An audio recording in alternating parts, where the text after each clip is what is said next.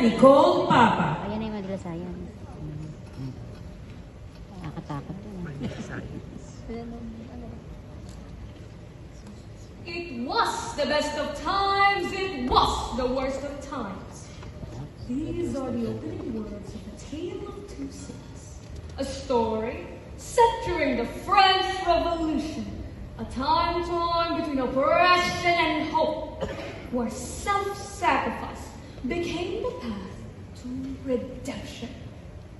Dickens wrote not only of history, but of his own age's inequalities. And in that reflection, we find our own story, the story of Manila. We've all heard the phrase, "Make Manila great again." It's printed on banners, echoed in speeches, and plastered on propaganda. But what is greatness? Is it the desire to be admired, or the hunger to be remembered in a world that moves on too quickly? If so, what drives this obsession to be better? Is it fear of obscurity, given that our lives are fragile, or that mediocrity seems to abound everywhere? My fellow Manileños, before we chase greatness, we must first understand that greatness is not something we can borrow, not something we can imitate. It must be created by the people of Manila, for the people of Manila. Long before the rise of Rojas Boulevard, long before the skyline reached the heavens, Manila, once Maynila, was already alive, a thriving hub of trade and life where culture and commerce flourished. It was called great. But that greatness came with crutches, shaped by foreign hands.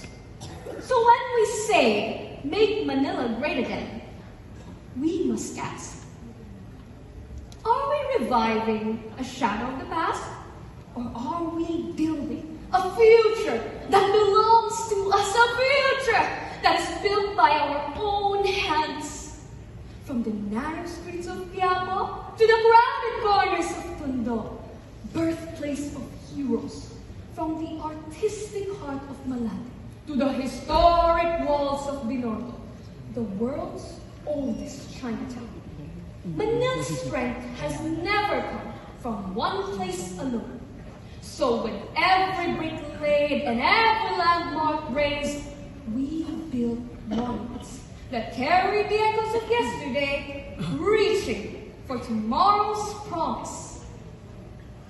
Still, over time, much of that effort was misplaced, directed towards imitation instead of innovation.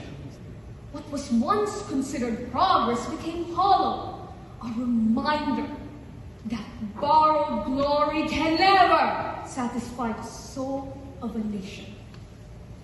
Too often, our pursuit of modernity prioritizes prestige over purpose, favoring fleeting symbols of success over lasting change. True progress must be rooted in compassion, in sustainability, and in a vision that touches every corner of our city. Because progress that forgets its roots is progress that will not last. Manila has fallen and risen countless times, rebuilt not by power, not by privilege, but by the enduring spirit of its people. As Carlos P. Romulo once declared, "I am a Filipino, inheritor of a glorious past, hostage to an uncertain future. But as I face that future, I shall not forget my past." Romulus' words echo a timeless truth, that greatness does not lie in forgetting, but in remembering, in embracing both the glories that uplift us the wounds that strengthens. For it is through both that we rise wiser and stronger. So, how do we make Manila great again? By restoring integrity to those who lead and compassion for the goals we strive for. Through service that uplifts and progress that includes, we build a future worthy of our people. Because in truth, greatness is not a title we give ourselves.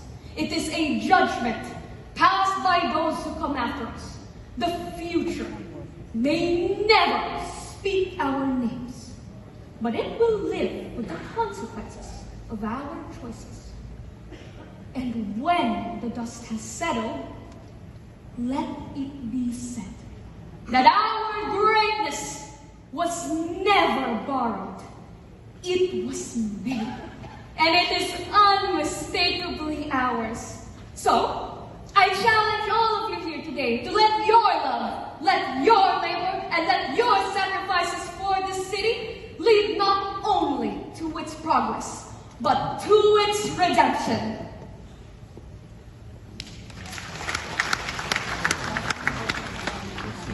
Thank you.